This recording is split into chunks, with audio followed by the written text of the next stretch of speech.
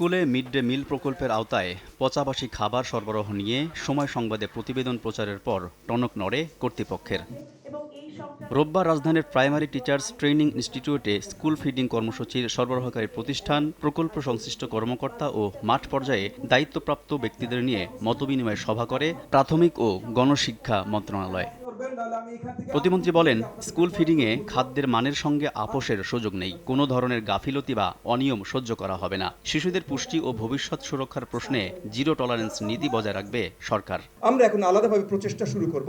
তাদেরকে যেমন আমরা আজকে ইনস্ট্রাকশন ম্যানুয়াল দিয়ে দিচ্ছি, আপনাদের যেমন দিচ্ছি, সাপ্লায়ারদের যেমন দিচ্ছি যে আপনাদের ম্যাপিং করতে হবে, টেকনিশিয়ান দিতে হবে, আপনারা এইভাবে ব্যাচ ইন্সপেকশন করবেন, আপনাদের যেমন দিয়ে দিচ্ছি তেমন আমাদের ডিপিআইওদের দিয়ে দিচ্ছি।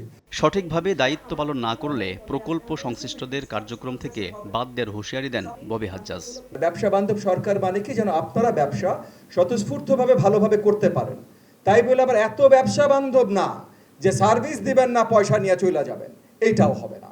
আমাদের গোল কিন্তু আপনার ব্যবসা বাড়ানো না, অন্য কোনো কিচ্ছু না। আমাদের একটা মাত্র গোল, বাচ্চারা ঠিকভাবে খাবার পায়।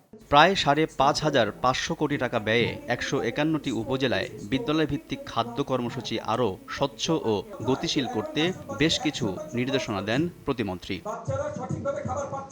আলতাফ হোসাইন, সময় সংবাদ, ঢাকা।